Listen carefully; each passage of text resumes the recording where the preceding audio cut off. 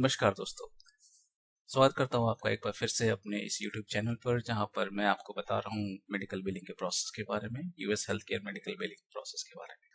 दोस्तों, आज जो हमारा टॉपिक है वो है ओवर पेमेंट के रिगार्डिंग। जब आप मेडिकल बिलिंग में काम करेंगे तो ये टर्म आपको बार बार देखने को मिलेगा। दोस्तों, जब हम काम करते हैं मेडिकल बिलिंग की तरफ से तो हम पाएंगे कि कई बार इंश्योरेंस कंपनी प्रोवाइडर को कभी कभार ज़्यादा पेमेंट दे देती है। अब ऐसा इसलिए होता है क्योंकि वहां से भी जो काम कर रहे होते हैं इंश्योरेंस की साइड से, वो भी इंसान होते हैं, तो गलतियां उनसे भी हो जाती है। कई बार वो उस कोड के लिए भी पेमेंट कर देते हैं जिसके लिए पेमेंट नहीं होनी चाहिए थी। कई बार आपने देखा होगा कि वो अलाउड अमाउंट से भी ज्यादा पेमेंट कर देते हैं, लेकिन ऐसी कोई गलती नहीं है जिसे सुधारा ना जा सके।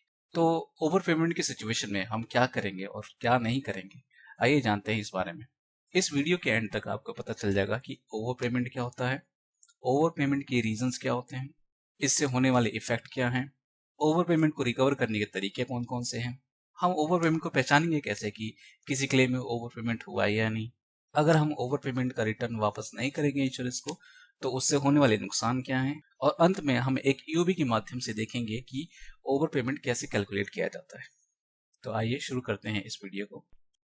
Overpayment in US healthcare happens when any insurance or patient pays more money to a doctor, hospital, or healthcare provider than they should have for the services provided.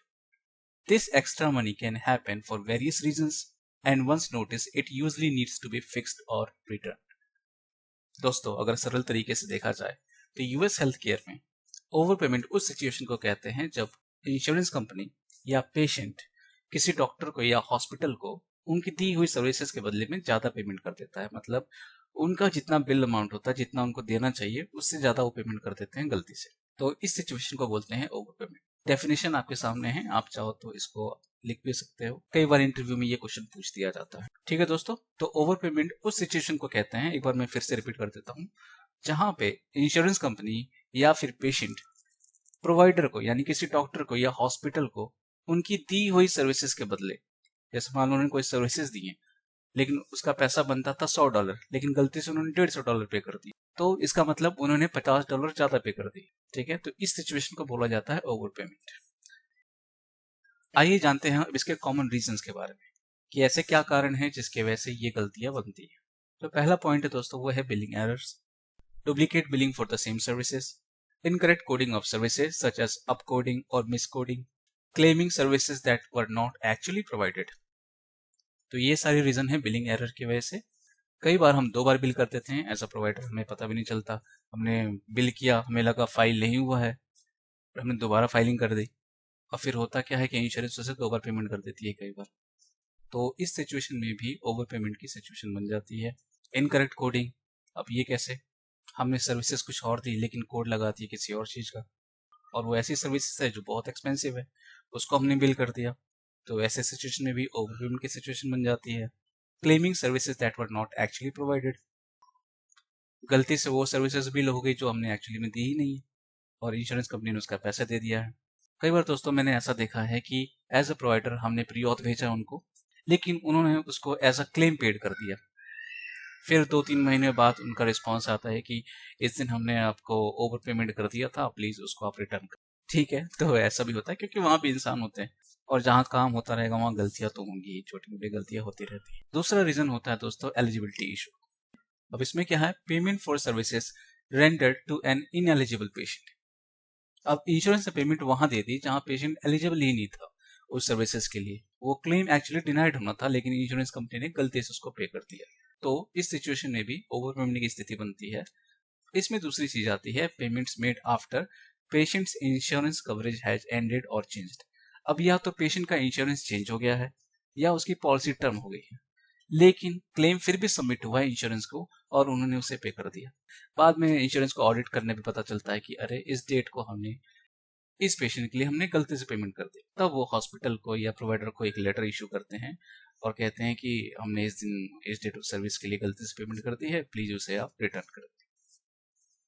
इसमें आगे पॉइंट आता है दोस्तों कोऑर्डिनेशन बेनिफिट्स का। When patient has more than one insurance policy, for example a primary and a secondary insurance, तो ओवरपेमेंट की situation यहाँ बन सकती है अगर इंश्योरेंस कंपनी ने क्लेम्स को चेक नहीं किया कि पेशेंट के पास दूसरी इंश्योरेंस भी है, और ऐसी स्थिति में जो पेमेंट सेकेंडरी को करना चाहिए था वो उसने कर, तो ऐसी स्थिति में भी वो प्रोवाइडर को ओवर पेमेंट रिक्वेस्ट भेज सकता है। इसलिए इंश्योरेंस को कोऑर्डिनेशन और बेनिफिट की नॉलेज होना बहुत जरूरी है। इसलिए कई बार आपने देखा होगा कि कोऑर्डिनेशन और बेनिफिट्स के डिनायल बहुत आते हैं। इंश्योरेंस कंपनी ये जानना चाहती है कि अदर इंश्योरेंस कौन सी है पेशेंट के पास, ताकि वो आपस में तालमेल बैठा सके कि तुम कितना पे करोगे भाई, हम कितना पे करेंगे। तो इस हिसाब से इनका चलता है। क्योंकि मान लीजिए ऐसा होता है कि जैसे पेशेंट के पास 2 इंश्योरेंस है और दोनों इंश्योरेंस को पता नहीं है कि इसके पास एक और इंश्योरेंस है, आपस में कोई तालमेल नहीं है, कोई कोऑर्डिनेशन और बेनिफिट नहीं है। तो क्लेम गया प्राइमरी इंश्योरेंस के पास, उसने पे कर दिया, फिर गया उसके सेकेंडरी इंश्योरेंस के पास, तो उसने भी पे कर दिया सेम सर्विसेज के लिए। तो यहाँ डुप्लीकेट पेमेंट हो गई, यहाँ प्रोवाइडर का फायदा हो गया। तो इसलिए ऐसी सिचुएशन ना बने, इसलिए वो कोऑर्डिनेशन और बेनिफिट मांगते हैं। अब इसमें अगला पॉइंट आता है ओवरलैपिंग क्लेम्स का।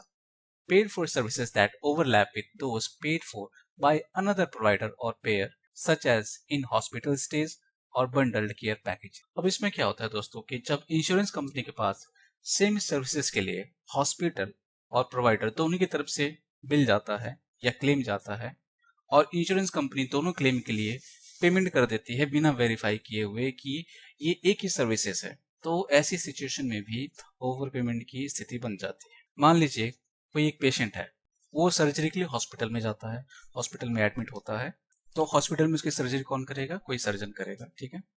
लेकिन अब होता क्या है कि हॉस्पिटल ने अपना एक अलग बिल बना के दिया, इंश्योरेंस कंपनी को सबमिट किया, और किसी सर्जन ने अपना अलग से क्लेम बना के उसको सबमिट किया। तो अगर इंश्योरेंस कंपनी इस चीज को वेरीफाई नहीं करेगी कि ये सेम ही सर्विसेज है और दो अलग अलग क्लेम हमें रिसीव हो रहे हैं अलग अलग जगहों से for same date of service same services, तो ऐसी स्थिति में वो अगर पे कर देंगे तो यहाँ पे ओवर पेमेंट की सिचुएशन बन जाएगी। और इसी में अगर हम ऐड करते हैं बंडलिंग को, जैसे कि कोई सर्जरी के लिए आता है कोई पेशेंट, उसको हम उसकी सर्जरी होती है, तो सर्जरी से रिलेटेड जो भी सर्विसेज हैं, जैसे एनेस्थीसिया दिया जाता है उसको, पोस्ट ऑपरेटिव केयर होता है, उसके टेस्ट होते हैं, या सर्जरी से रिलेटेड जो भी सर्विसेज दी जाती है पेशेंट को, उसके लिए अगर अलग अलग क्लेम बना के भेजा जाए इंश्योरेंस कंपनी को और वो पे कर दे बिना वेरीफाई किए कि ये सर्विसेज आपस में एक दूसरे से कनेक्टेड है, तो वहां पर भी ओवर पेमेंट की सिचुएशन बन जाती है। अब इसमें एक और पॉइंट है incorrect calculations, errors in determining patient responsibilities like copay, deductibles और कॉन्ट्रेक्चुअल एडजस्टमेंट विद इंश्योरेंस। अब यहाँ पे जो पेशेंट रिस्पॉन्सिबिलिटी थी जैसे कोपे या डिडक्टिबल या जितना कॉन्ट्रेक्चुअल एडजस्टमेंट होना चाहिए था, इंश्योरेंस अगर उसके लिए भी पेमेंट कर देती है तो वो भी एक एक्सेस पेमेंट में आता है। इसका मतलब उसने ओवर पेमेंट कर दिया। अब दोस्तों ऐसा होता क्यों है, ये सारे एरर्स आते क्यों हैं? जैसे मैंने आपको बताया कि जो पेमेंट को रिलीज करता है वो भी कोई इंसान है। अब वो हो सकता है या तो ज्यादा एक्सपीरियंस ना हो, या तो हो सकता है उसका दिमाग उस टाइम कहीं और हो, तो वो ये गलतियां कर सकता है। तो आइए अब जानते हैं कि इससे होने वाले प्रभाव यानी इफेक्ट्स क्या क्या हो सकते हैं। Health care providers must report and return any overpayment specially in government programmes like Medicare and Medicaid according to the 60 days rule. If they don't pay they could face penalties under the false claim act. ठीक है दोस्तों, तो Medicare and Medicaid जो government programme है उनके अंतर्गत तो उन्हें जल्दी ही रिटर्न करना पड़ेगा 60 days के अंदर ही, नहीं तो उनपे पेनल्टीज लग सकती है। मैं यहाँ प्रोवाइडर की बात कर रहा हूँ। अगर प्रोवाइडर पे नहीं करता 60 days में तो हो सकता है उन पे पेनल्टीज लगा दी जाए under the false claim Act. Insurance companies may do audits to check for over payments and ask providers to pay back the extra money. दोस्तों लगभग सारी इंश्योरेंस कंपनियां अपना अपना ऑडिट कराती हैं, और ऑडिट के बाद उनको पता चलता है कि इस डेट ऑफ सर्विस पे इस पेशेंट के लिए हमने गलत पेमेंट कर दी या ज्यादा पेमेंट कर दी प्रोवाइडर को, तो वो प्रोवाइडर को एक लेटर इशू करते हैं जिसमें वो सारी डिटेल मेंशन करते हैं कि इस डेट ऑफ सर्विस पे इस पेशेंट के लिए हमने एक्स्ट्रा पेमेंट कर दी है, प्लीज आप उसे हमें रिटर्न करें। तीसरा पॉइंट है if over payments are not handle correctly provider risk legal issue and damage to their reputation. जाहिर सी बात है अगर वो ओवर पेमेंट को अच्छे से हैंडल नहीं करेंगे, सही तरीके से मैनेज करके नहीं चलेंगे, तो उनको एक लीगल इशू या उनको नोटिस भेजा जाएगा जिससे उनकी रेपुटेशन भी कम हो, उनका नाम खराब हो। कई बार क्या करती हैं इंश्योरेंस कंपनियां कि वो 45 days या 60 days का नोटिस देके या टैट कह लीजिए वो देकर चलती हैं प्रोवाइडर को कि इतने दिन में आप प्लीज पे कर दीजिए, अगर नहीं करोगे तो इस मैटर को हम कलेक्शन एजेंसीज को भेज देंगे। तो फिर इंश्योरेंस कंपनी क्या करते हैं, मान लीजिए जैसे किसी प्रोवाइडर ने ओवर पेमेंट की, पेमेंट नहीं की, रिटर्न नहीं किया, तो ऐसे पेमेंट को वो लोग कलेक्शन एजेंसीज को भेज देते हैं। यूएस में होते हैं कलेक्शन एजेंसीज, और फिर वो इंश्योरेंस कंपनी के बिहाफ पे उनसे पैसा मांगते हैं और जो भी कार्रवाई होती है लीगल इशू नोटिस करना, फिर वो देखते हैं। लेकिन इससे होता है क्या दोस्तों, प्रोवाइडर की या उस हॉस्पिटल्स की रेटिंग खराब होती है, उनका रेपुटेशन खराब होता है, फिर उनके क्लेम भी जल्दी से पे नहीं किए जाते। अब देखते हैं दोस्तों कि methods to recover the over payment amount. When an insurance company identify an over payment to a health care provider, it has several methods to recover the overpayment amount। दोस्तों, अब आपने रिकूपमेंट का नाम सुना होगा, तो अब रिकूपमेंट इसी प्रोसेस को कहते हैं। In simple terms, it's the process of getting back money that was paid out incorrectly or in excess due to error, duplicate payments or billing mistake। जब इंश्योरेंस कंपनियां किसी हॉस्पिटल को या प्रोवाइडर को गलती से पेमेंट कर देती है या ज्यादा पेमेंट करती है, तो उसे रिकवर करने के लिए जिस प्रोसेस का नाम दिया गया है उसे रिकूपमेंट कहा जाता है। अब इसके तरीके क्या हैं, मेथड्स क्या हैं, आइए जानते हैं। पहला क्या है, ऑफसेट अगेंस्ट फ्यूचर पेमेंट्स। इसको लोग ऑफसेट भी बोलते हैं कि ऑफसेट अप्लाई हुआ है। तो इस मेथड में क्या होता है कि अब इंश्योरेंस कंपनी को पता है कि यहाँ पे उसने इस डेट ऑफ सर्विस के लिए गलती से पेमेंट कर दी थी या ज्यादा पेमेंट कर दी थी। तो अब क्या होगा कि उस प्रोवाइडर की तरफ से अगर कोई क्लेम आएगा, कोई क्लेम सबमिट होगा उस इंश्योरेंस कंपनी को, तो उसमें से वो पेमेंट अपना लेस करेंगे, अपना रिकूप, और इसको बोलते हैं ऑफसेट अगेंस्ट फ्यूचर पेमेंट्स। मतलब ऐसा होता है ना कि हम अगर किसी दुकान में भी जाते हैं तो वहाँ पैसे कम पड़ गए, मान लीजिए हमने हमारे पास 100 रुपए ही हैं और 105 रुपए की चीज दे दी किसी दुकानदार ने और बोला कि चलो भाई 5 रुपए हम आगे लगा लेंगे। तो ऐसा ही यहाँ पे समझिए, लेकिन यहाँ पे थोड़ा प्रोफेशनल वे में बोलते हैं भाई कि ऑफसेट अगेंस्ट फ्यूचर पेमेंट्स। तो ऐसे में अगर कोई ओवर पेमेंट हुआ होगा तो वो उस पेमेंट को जितना ओवर पेमेंट किया है उतना वो नेक्स्ट क्लेम में लेस कर लें। इसमें अगला पॉइंट है डिमांड फॉर रीपेमेंट, जो मेरा फेवरेट है, क्यों किसी क्लेम में कंफ्यूजन पैदा करना। अब इसमें सिंपल हिसाब रहता है भाई कि अब ओवर पेमेंट तो हो गई, ठीक है, गलती से तुमने पेमेंट कर दिया और तुमने लेटर भी इशू कर दिया, डिमांड कर दिया कि भाई उसमें इस डेट ऑफ सर्विस पे, इस डेट ऑफ सर्विस पे इस पेशेंट को हमने एक्सेस पेमेंट कर दिया है, तो उसे आप रिटर्न करें। और उस लेटर में एड्रेस भी मेंशन होता है कि इस एड्रेस पे अपना चेक हमें भेजें। तो वो तरीका सबसे सिंपल लगता है कि उतने का हम चेक बना देते हैं, लेकिन वेरीफाई करके, क्या पता ओवर पेमेंट हुई ही ना हो, इंश्योरेंस कंपनी गलत बोल रही हो। तो एक बार उसे अपने सिस्टम में देखेंगे, अपने लेजर में देखेंगे क्या हमने सच में 2 पेमेंट रिसीव की है उस क्लेम के लिए। अगर हाँ, तो हम उतने अमाउंट का चेक बना के सेम उसी एड्रेस पे सेंड कर देंगे। तो ये सबसे सिंपल तरीका है ओवर पेमेंट रिपे करने का। आइए दोस्तों, अब देखते हैं कि डिटरमाइनिंग एन ओवर पेमेंट हम कैसे देखेंगे कि ओवर पेमेंट हुई है। क्योंकि हम प्रोवाइडर के लिए काम करते हैं तो हमारा ये जानना जरूरी है, हमारे लिए जानना जरूरी है कि ओवर पेमेंट हुई भी है या नहीं। तो ये देखेंगे कैसे, आइए जानते हैं। Review of explanation of benefit और रेमिटेंस एडवाइस। आप ईओबी रिव्यू कर सकते हैं। ईओबी से पता चल जाएगा कि एक्सेस पेमेंट हुई है कि नहीं इंश्योरेंस की तरफ से। अब जैसे इंश्योरेंस कंपनियां अपने लिए ऑडिट कराती हैं, तो ऐसे ही प्रोवाइडर भी अपने लिए ऑडिट करवा सकता है। उसमें प्रोवाइडर क्या कर सकता है कि एक बार मंथली अपना पूरा ओवरव्यू ले ले, पूरी क्लेम्स का ऑडिट कर ले, चेक कर ले कि कितने पेमेंट आई है, कितना हमने बिल किया। तो उससे भी अंदाजा उसको हो जाएगा कि कहाँ कहाँ एक्सेस पेमेंट हुई है। तीसरा है डुप्लीकेट क्लेम्स एनालिसिस। अब ऑडिट करने में ये भी पता चल जाएगा कि डुप्लीकेट बिलिंग तो नहीं हुई कहीं। अगर डुप्लीकेट बिलिंग हुई है तो उसके लिए पेमेंट तो नहीं आया, तो यहाँ से भी हम देख सकते हैं। अगला है रिकंसाइल पेमेंट्स विद क्लेम्स।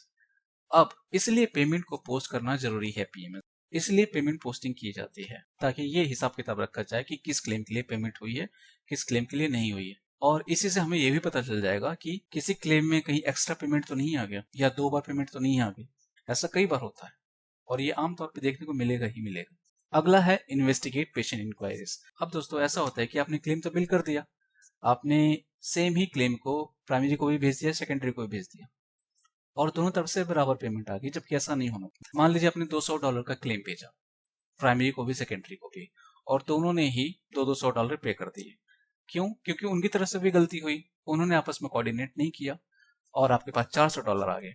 लेकिन ऐसा नहीं है कि आप आ गए तो आप एज अ प्रोवाइडर खुश हो जाएंगे। वो जिस पेशेंट के लिए आपने क्लेम बिल किया था, क्लेम सबमिट किया था, उसके पास भी एक रेमिटेंस एडवाइस जाती है जिसमें उसको पूरी डिटेल्स पता चलेगी कि आपके पास आपके सर्विसेज के लिए दोनों इंश्योरेंस ने, प्राइमरी ने और सेकेंडरी ने, दोनों पेमेंट की है। तो उस पर ऑब्जेक्शन उठा सकता है कि आपने ऐसा क्यों किया, आप एक फ्रॉड कर रहे हैं, इंश्योरेंस फ्रॉड हो रहा है मेरे साथ, और वो आपके साथ इंक्वायरी कर सकता है। तो ऐसे केसेस में अगर कोई पेशेंट की इंक्वायरी आती है तो उस पर तुरंत एक्शन लेना चाहिए, नहीं तो वो प्रोवाइडर के खिलाफ केस भी फाइल कर सकता है। अगला इसमें पॉइंट आता है कोऑर्डिनेशन ऑफ बेनिफिट्स चेक्स। इसमें आखिरी जो पॉइंट है यूटिलाइज क्लेम्स मैनेजमेंट सॉफ्टवेयर, ये बहुत इंपॉर्टेंट है दोस्तों। आजकल सॉफ्टवेयर इतने एडवांस हो गए हैं कि उसमें प्राइमरी और सेकेंडरी दोनों रहते हैं और उसमें क्लियरिंग हाउस भी इनबिल्ड रहता है। तो जो भी क्लेम इलेक्ट्रॉनिकली बिल होते हैं या क्लियरिंग हाउस के थ्रू जाते हैं तो उसमें ऐसी सिचुएशन बहुत ही रेयर देखने को मिलती है, बहुत ही कम देखने, क्योंकि क्लियरिंग हाउस में ये रिकॉर्ड पहले से रहते हैं कि एज ए प्राइमरी किसको बिल होना है, एज ए सेकेंडरी किसको बिल होना है। और इन सॉफ्टवेयर में जब तक प्राइमरी से पेमेंट नहीं आ जाती तब तक वो सेकेंडरी को बिल नहीं होती, और जब वो क्लेम सेकेंडरी को सबमिट होते भी हैं प्राइमरी के प्रोसेस होने के बाद तो उसमें पूरी डिटेल मेंशन होती है, प्राइमरी ने कितना पे किया है और प्राइमरी से कितना पेशेंट रिस्पॉन्सिबिलिटी बनता है, और ये सारी डिटेल्स जाती है सेकेंडरी को। तो अगर कोई क्लेम इलेक्ट्रॉनिकली बिल हो रहा है और उसमें क्लियरिंग हाउस है तो एक्सेस पेमेंट यानी ओवर पेमेंट की सिचुएशन बहुत ही रेयर देखने को मिलती है। अब आइए दोस्तों देखते हैं एक ईयूबी के एग्जांपल से। ये देखने में ईयूबी बिल्कुल नहीं है, ये बस ईयूबी की डिटेल है। इससे आपको क्लियर हो जाएगा कि हम ओवर पेमेंट कैसे कैलकुलेट कर सकते हैं, कैसे देख सकते हैं। ये है अपने प्रोसीजर कोड, ये है अप्रूव्ड अमाउंट, ये सब्सक्राइबर ए। क्या है कि ये समझिए एक चाइल्ड है, तो उसके ये पिता की पॉलिसी है, उसके फादर की पॉलिसी, और ये उसके मदर की पॉलिसी है। जो कि बच्चा है तो वो दोनों की पॉलिसी में फॉल कर रहा है, दोनों की पॉलिसी में वो डिपेंडेंट, दोनों की पॉलिसी में कवर है। और यहाँ पे इंश्योरेंस ने पेमेंट की है। तो दोस्तों इसमें दो यूबीज थी। अब इसमें क्या था, दोनों के पास ही सिग्ना इंश्योरेंस थे और प्रोवाइडर की तरफ से क्लेम दोनों को ही सबमिट हो गए और इंश्योरेंस कंपनी ने भी उन दोनों क्लेम को पे कर दिया। लेकिन अब इसमें क्या है कि पेमेंट उन्होंने एक्सेस कर दी। तो आइए कैलकुलेट करते हैं कि कितना ओवर पेमेंट बनता है उनका और कैसे बनता है। तो यूबीज में जो डिटेल होती है वही मैंने यहाँ पे मेंशन कर दिया है, जैसे कि प्रोसीजर कोड, क्या कोड बिल हुए थे, अप्रूव्ड अमाउंट, फादर के पॉलिसी से कितना पेमेंट आया, क्योंकि एक पॉलिसी में फादर उसका सब्सक्राइबर है और दूसरे में मदर, और मदर के पॉलिसी से कितना पेमेंट हुई, फिर इन दोनों को कंबाइन किया और फिर यहाँ पे इसका डिफरेंस निकाला। ठीक है, तो मान लीजिए कोई कोड है, उसके लिए अप्रूव्ड अमाउंट था $212। इंश्योरेंस कंपनी जब प्रोवाइडर इन नेटवर्क होता है, जब कॉन्ट्रैक्ट में आता है उनके, तो उनका एक फीस शेड्यूल होता है और उसके अकॉर्डिंग ही वो पर प्रोसीजर कोड के लिए वो पे करते हैं। अब जैसे ये कोड है, इसके लिए उन्होंने तय किया हुआ है कि $212 हम आपको पे करेंगे। तो जब ये क्लेम बच्चे के प्राइमरी इंश्योरेंस पे गया तो वहां पे $129.60 की पेमेंट रिसीव हुई, और फिर वो क्लेम गया सेकेंडरी पे तो वहां पे पेमेंट कितनी हुई, 169.60। ठीक है, अब इन दोनों पेमेंट को ऐड कर दीजिए, इसको ऐड कीजिए और इसको ऐड कीजिए, तो इतना टोटल आ जाएगा। लेकिन अब देखिए फीस शेड्यूल में कितना डिसाइड था, $212। तो $212 और पेमेंट जो आई है $299.20। तो यहाँ पे कितना एक्सेस बनता है, इतना, इसमें से इसको लेस कर दीजिए तो इतने का डिफरेंस आ गया, $87.20। मतलब इतना इन्होंने एक्सेस पेमेंट कर दिया है इंश्योरेंस। ऐसे ही हम अलग अलग कोड का देख लेंगे। तो ये डिसाइडेड पेमेंट है, अलाउड अमाउंट है, और ये है प्राइमरी से पेमेंट, और ये है सेकेंडरी से पेमेंट। दोनों को कंबाइंड करके भी यहाँ ऐड कर दिया हमने, और इसमें से हमने अलाउड अमाउंट को लेस कर दिया, मतलब जितना पेमेंट होना चाहिए था, जितना आपका फीस के हिसाब से पेमेंट रिसीव होनी चाहिए थी उससे ज्यादा हुई। तो ये बन गया आपका टोटल एक्सेस पेमेंट ऊपर का। अब यहाँ पे देखिएगा $19 क्यों है, यहाँ पे लेस क्यों है, यहाँ पे कम क्यों हुआ है, क्योंकि देखिए यहाँ पे अप्रूव्ड अमाउंट कितना था, $95 इस कोड के लिए, $95 बनता था। प्राइमरी से जो पेमेंट आई थी वो $76 की आई थी। ठीक है, इसको देखिएगा, $76 की पेमेंट आई, लेकिन सेकेंडरी से कोई पेमेंट नहीं आई, क्योंकि ये कोड यहाँ तो पे हो गए लेकिन यहाँ पे इसलिए नहीं हुए, उसका एनुअल बेनिफिट मैक्सिमम जो लिमिट होता है वो ऑलरेडी कंज्यूम हो गया था, जिसके वजह से इस कोड को पेमेंट करने के लिए उनके पास बैलेंस नहीं बचा था। ठीक है, तो यहाँ पे $95 अप्रूव्ड अमाउंट था, $76 ही मिल पाया प्राइमरी से, सेकेंडरी से कुछ नहीं मिला। कंबाइन किया गया दोनों पेमेंट को तो $76 हुआ, जो कि अभी भी $95 से कम है। और कितना कम है, $19। ठीक है, तो अब ये बनेगा आपका पेशेंट रिस्पॉन्सिबिलिटी। तो अब इसको कैसे कैलकुलेट करेंगे, इसको प्लस करेंगे, इसको प्लस करेंगे, इस वाले को भी प्लस करेंगे, इस वाले को भी प्लस करेंगे, और जितना भी कैलकुलेशन आएगा उसमें से इसको माइनस करेंगे $19 को, क्योंकि ये पेशेंट रिस्पॉन्सिबिलिटी बनेगा, इसलिए माइनस में। और फिर टोटल आपका बन जाएगा $434.50।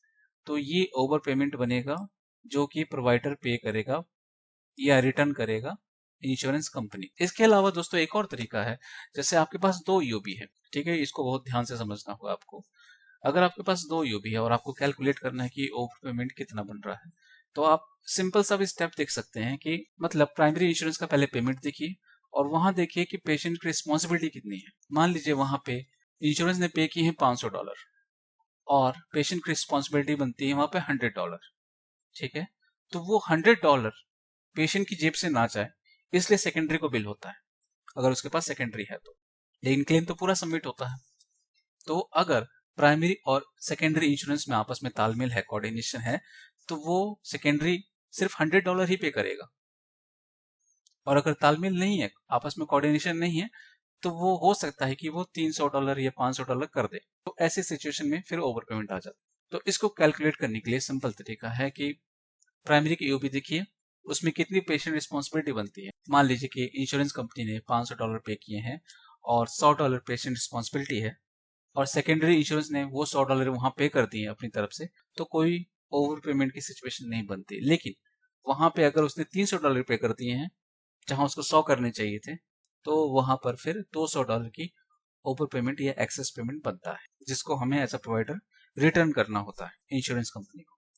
तो दोस्तों ये पूरा कॉन्सेप्ट था ओवर पेमेंट का। आई होप आपको पूरी तरह से क्लियर हो गया होगा कि ओवर पेमेंट क्या है, इससे बचने के तरीके क्या हैं, ओवर पेमेंट कैसे कैलकुलेट कर सकते हैं, एक्सेस पेमेंट के क्या क्या रीजन हो सकते हैं। तो दोस्तों अगर आपको ये वीडियो पसंद आया हो तो इसे जरूर लाइक करें और जरूरतमंद लोगों को जरूर शेयर करें। और अगर आप नए हैं इस चैनल पर तो उसको सब्सक्राइब कर ही लें। मेडिकल बिलिंग से रिलेटेड और भी टॉपिक्स में लाता रहूंगा। मिलते हैं किसी और वीडियो में, तब तक के लिए धन्यवाद।